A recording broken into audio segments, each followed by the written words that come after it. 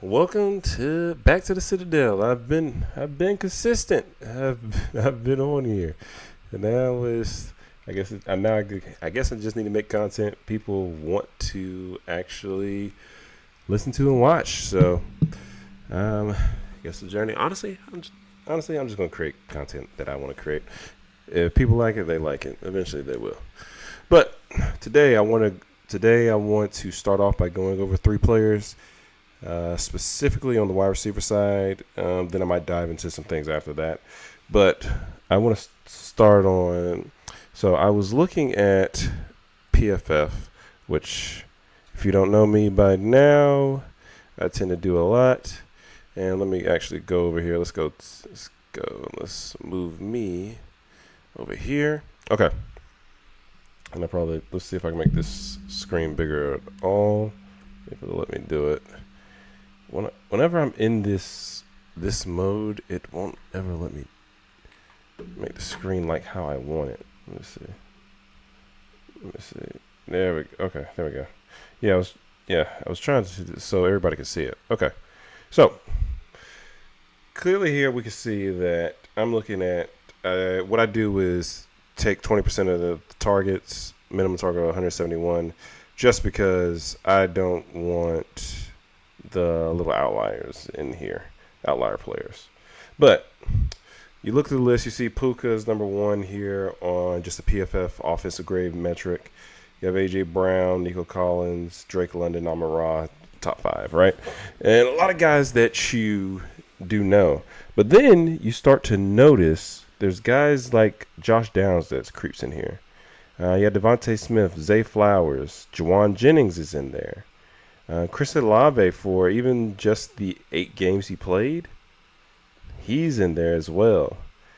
So just looking at the list, I'm like, somebody like CD didn't particularly play that well according to PFF this year. So when you actually start looking at this and you're trying to dive into like top receivers to actually look at in fantasy versus how efficient they are, and if you can find a happy medium between the two, I believe that's where you get your superstar, your fantasy superstars at. And if we scroll back up here, and these aren't the players that I want to go over, but let's just say somebody like Puka. Puka in 11 games had 103 targets. And so you can see how efficient he is on the PFF side. And let me see if I can. I think I'm gonna have to click to roll over. Oh, there we go. And then you see his receiving grade, because that's what I have it based on right now. And you see how efficient he is. He had basically almost 1,000 yards in 11 games, which is amazing. But then somebody again like Nico in 12 games, 99 targets. Same with AJ Brown, really. But you can see Puka gets a higher volume, and his reception percentage is higher. Both of these guys broke 1,000 yards. And then somebody like Drake London, seeing just how efficient Amon-Ra, we know his yards per reception is not as high as the other guys, but still, it's in the range. It's in range. Somebody like Malik Neighbors, target hog, and he's just a rookie, so you just honestly don't know. But let's go ahead and get into the 3 receivers that I want to take a look at. We're gonna start off with Juwan Jennings. Okay, so Juwan on the grade for the year ended with the receiving grade of 83.7, offensive grade 83.1. Right. So when I start looking into these analytics, I'm trying to find players similar to him. He had 111 targets. Did he play all? He didn't play all 17, right? No, he skipped a few games in there. But he had 111 targets. I would say the catch percentage was good, almost 70%. But the PFF grade is what I tend to look at when I'm trying to look at who could become a budding star, right? And he's older, so it kind of gives you a lot of hesitation. And then you look at his previous seasons, he hasn't had over 50 targets in a season. But really, is that true? It's kind of hard to believe. even last year though, I thought not last year, the year before. I thought in 2023 he did though, but maybe he didn't, because I know he had a big game in 2023. 2024 for sure, because he had the 40-point game, and then I want to say Jamar Chase came out and blew up the week. But so I look at this. You can check the drop rate. You can check a little bit of everything. And to be honest with you, this is pass blocking, but it's not a concern, to be honest with you. And the thing is, you want to be able to see. So in college, I don't necessarily want to see guys primarily play slot. In the NFL, I don't care. As long as you're putting up numbers, that's all that matters. But he can do both, which is a good sign, because that means he can play anywhere on the field. And 41% in slot, 58% out wide, yards after catch. I don't think 3.1 is good, but the yards per out run is pretty decent. Well, in the NFL, if you're over 2, that's actually pretty good. But you have people like Puka, Nico, who are in the 3s, which is amazing. And that's why you look for players like them. But 2.26 is good in its own right. And the thing is, a yards per out run, every site is a little different, because I'm going to take us to a few other sites as well. But in the fantasy space, this is a player you're looking for. When Brock Purdy's targeted, his quarterback, basically the quarterback's rating is 103.2. Like that, he gets first downs, missed tackles forced, wasn't that high. Contested catches as well. I like this stat. Just means I believe when this stat is high, the quarterback trusts you to come down the ball. At the end of the day, yeah, the quarterback's going to trust you to come down the ball, and he did well this year, and he doesn't really get too talked about too much. Can I see how many games he played in, or I guess not on this screen because I'm on the receiving side of things. But let's just go into fantasy points and I guess let's make the screen a little larger. Okay. So we can see the shift down here, right?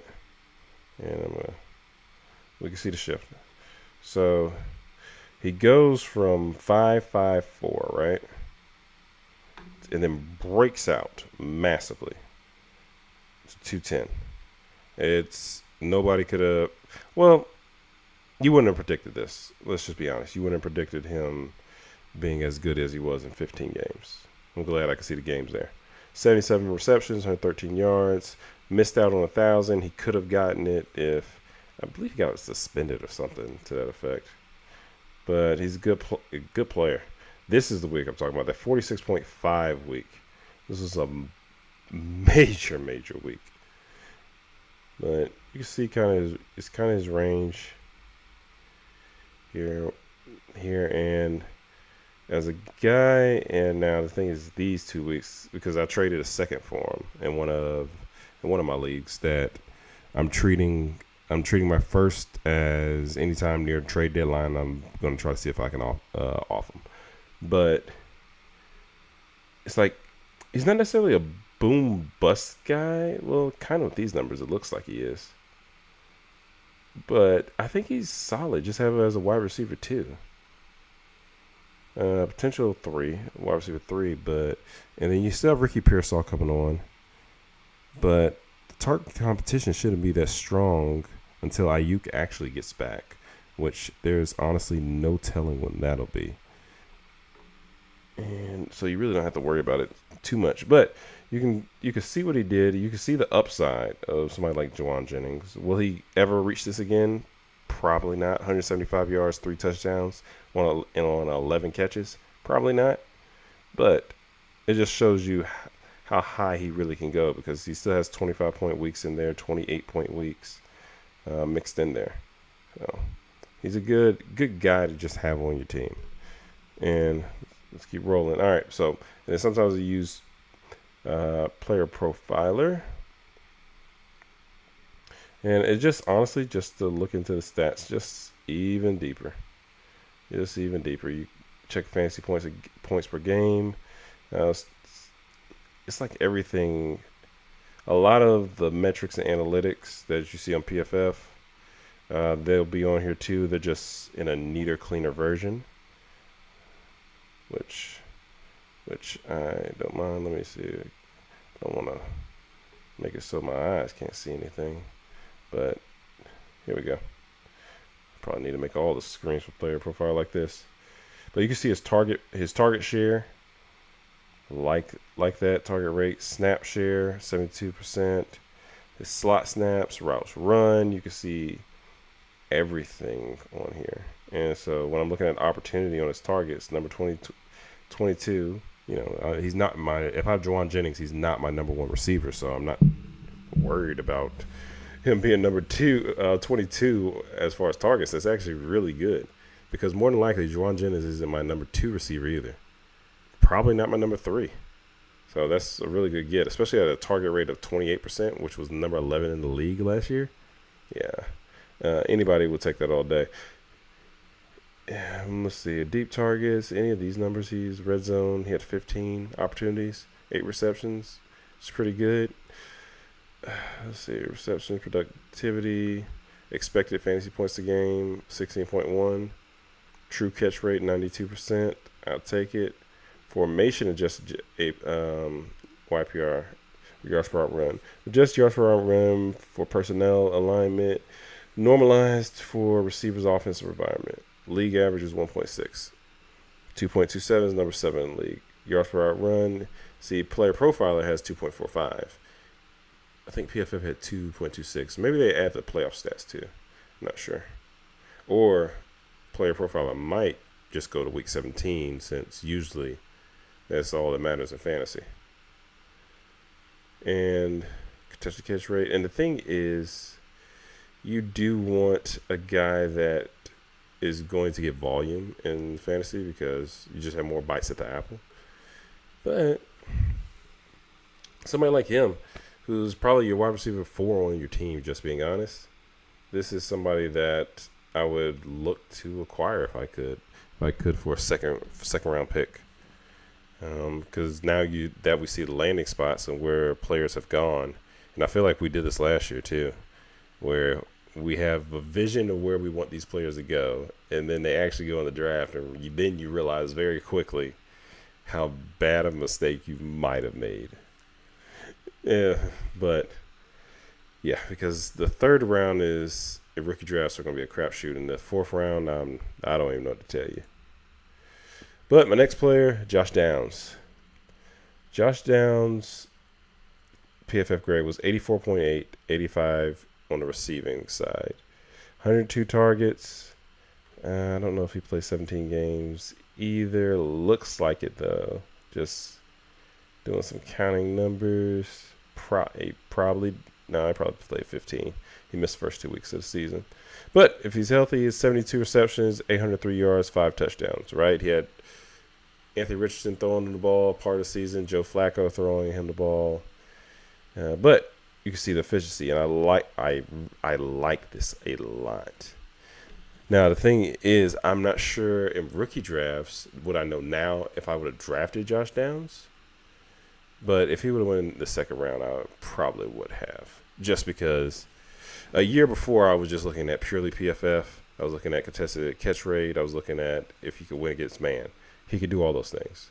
Now I tend to look more slot versus out wide. But if you could do both, that's even more bonus points, to be honest with you, in my opinion. Now, if we continue, we can see that Josh Downs primarily plays slot. Doesn't play anywhere else. Yards after catch, 5.6. Believe that should be pretty decent. And the yards per route run, 2.2 here on PFF, right? And now, passer rating, when thrown to him, is 97.8. It's good, but it's not necessarily the best. I like to see in the hundreds if I can get the. Well, I know this college. I like to see hundreds. I have to look at more just profiles, but I do like to see in the hundreds on this side of things. But Josh Downs, I honestly think if Josh Downs got another quarterback, he would be a different player. All right, if we look at just purely fantasy stats, we can see the improvement here. It goes from 9.2 to 13.1 in 14 games. Has 107 targets in 14 games. I believe that number could only go up. He just has to stay healthy. If we look at the regular season, doesn't have the same boom potential as our man Juwan Jennings, but he has a lot more consistent weeks than Juwan had, because Juwan had a lot more single point games mixed into just high powered like mega games.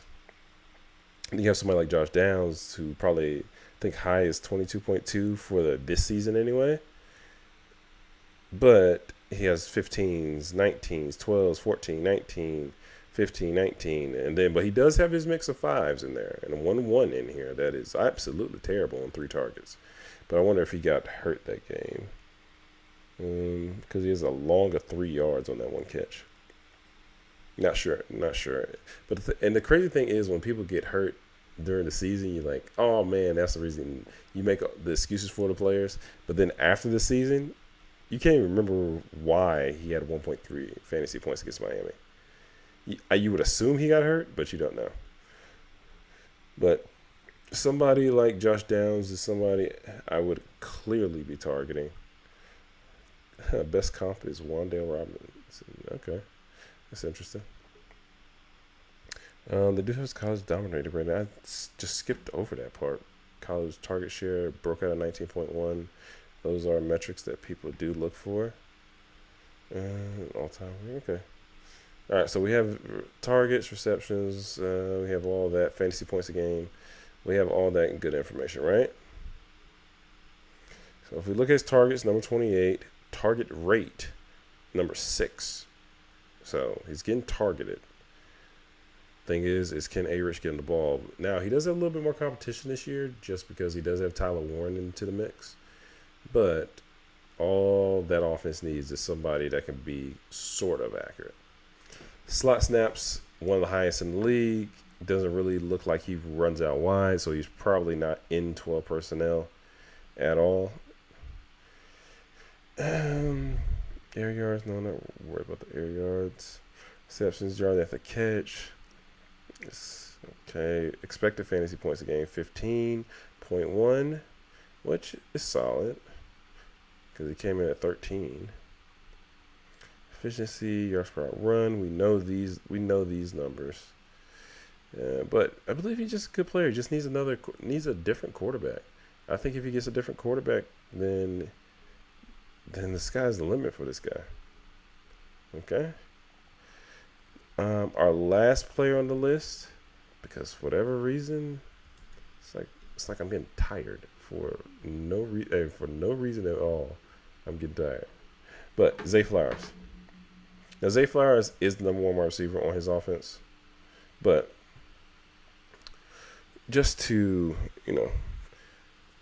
go to bat for him, he was one of the higher receivers this year in PFF grade on offense and receiving. Had 112 targets, 1,059 yards.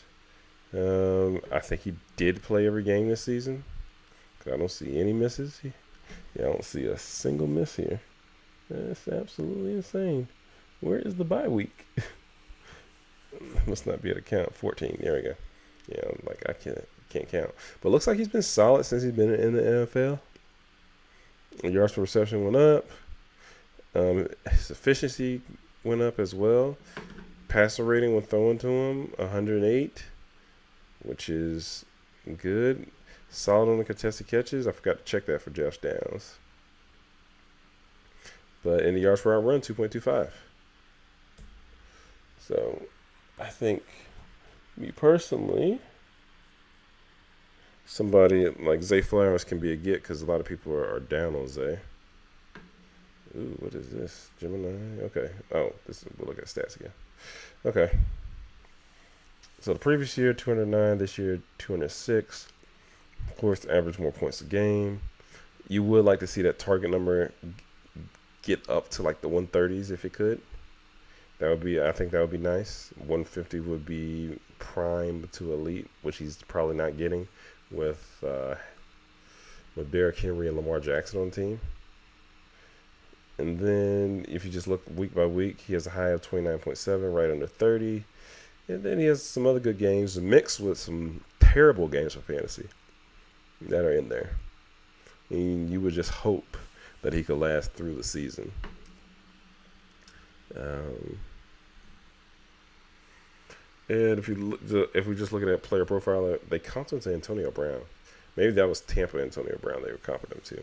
Because if he's anything like Antonio Brown, I need to go get all the Zay Flowers shares immediately. Okay. So if we are looking at his targets, 20, that's fine. Target share, 18, 22. So everything is just average. Some are like third round potential. But he's 11 in deep targets, which he had 23 of those. So that's interesting. Yards after catch, number 10 and 4. I didn't even check that for the other guys. I probably should have. But it does look like Zay Flowers is the lowest on the candidate trail. 2.34 yards per run, 17 of adjusted per formation. It goes down to 1.89, which is bad. Separation for the number 9. Is he averaging 2 yards of separation? It's insane. Explosive play rate. I could see him doing that. Zay Flowers is a very, very good player. Yeah, but I'm going to stop there. I don't know why my eyes feel like they're so tired. But I'm going to catch y'all next time. And I'm going to keep working, keep getting this thing smoother and smoother the more I do it. But, all right.